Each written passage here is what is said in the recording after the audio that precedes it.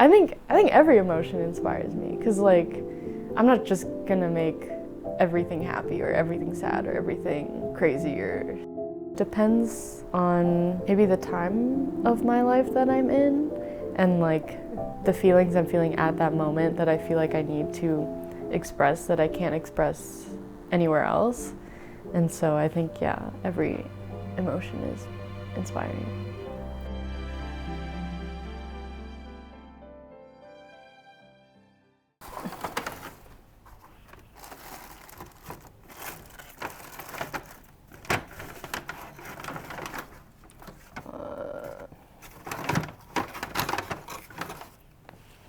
I have like these, then I have like the sculptures of like these guys, and then I have, yeah, I guess those aren't stop motion. Those little fish, I don't know.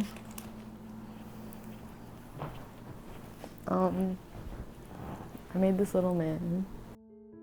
I'd always loved film and movies and like watching behind the scenes. So I applied to DePaul, I got in, and so I was doing that for my first 2 years there. And then yeah, I took the stop motion class and I was like, this is awesome. Like I had always made things growing up and like just using my hands and making crafts, and there's just something a lot more tangible about it than all the other mediums I feel like I've been in, and it felt so much more rewarding to me. And so I kind of did a full send into stop motion. I don't know that I have a style yet. I definitely think my process has like streamlined more. I think before I was just kind of doing whatever, and I was like, I think I like this, and so I'm gonna do it. And it was very like one step at a time, which I feel like is still kind of how I operate, but now it's very much like I have this vision. These are the things I need to do to complete it, and then kind of going step by step and then going along with it as I go and changing what I need to change, just going with the flow. I'll do like drawings of what I want to make. I guess for building puppets specifically, I'll do like a prototype of a skeleton and just make sure everything kind of works, and then I'll do like a proper final skeleton, changing whatever didn't work with the prototype. And then from there, if I don't know already how I want to finish it, I'll do tests of like fabric or other materials or colors and paint and stuff like that. So a lot of testing just to make sure everything looks right, what I want or what someone else wants. Depending on the project, the materials change. I've mostly done clay because I do love to sculpt, so that felt like a fitting material. But once it gets to like complicated ones, like this guy, and I can get the other one. Once it gets to like these, where it needs like skeletons and like certain special parts, then it's like wire, clay, fabric, foam, all that type of thing. It really depends on the puppet. I feel like I'm a pretty detail-oriented person. I do think I'm kind of a perfectionist, for better or for worse. I feel like it's easy for me to zero in on like a part and get it super detailed and get it exactly how I want. If it's not how I see it, then I will keep working at it until it is.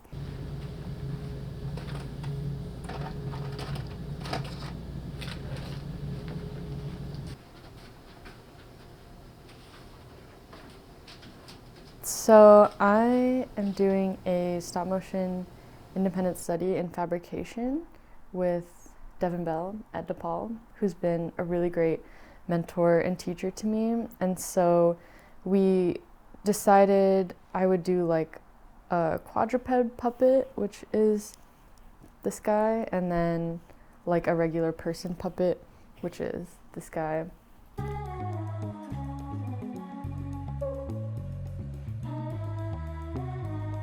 I had never done a full person, and I had never done clothes.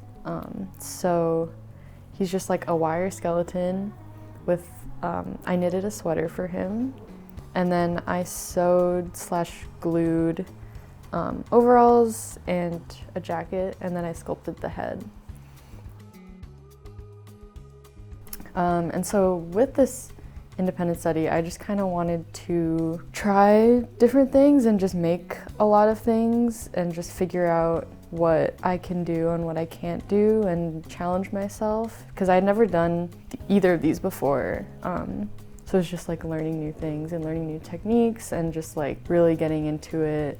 And it was just like a lot of trial and error and a lot of frustration and a lot of like, I'm not gonna sew this anymore, I'm just gonna glue it. And so, yeah, that's him.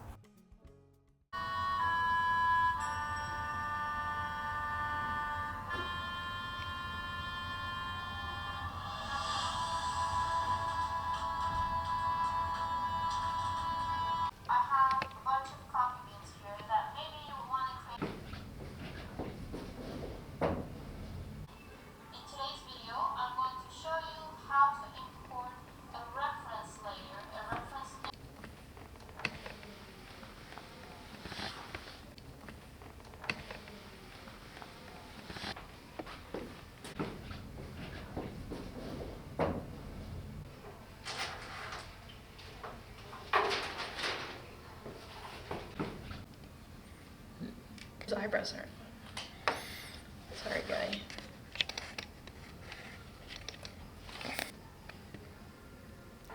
He can be Old Man Jenkins. Part of me gets like a Wilbur or something.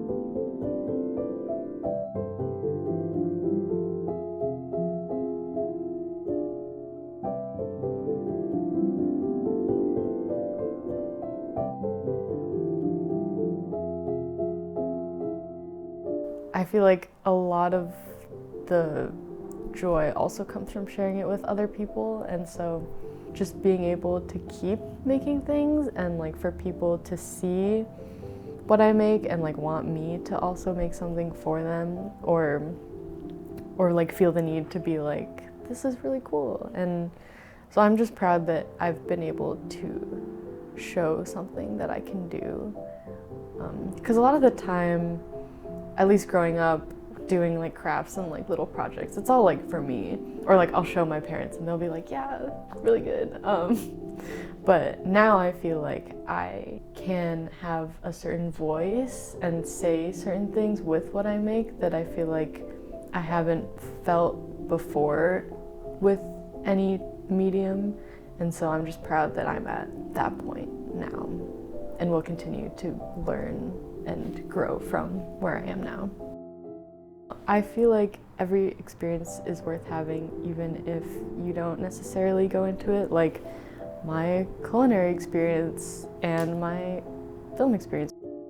Cut out the film experience. But yeah, like my culinary experience, I am not planning on being a pastry chef in my career, but I feel like I learned a lot of valuable things there, and like every experience has something to add, and you shouldn't have any regrets.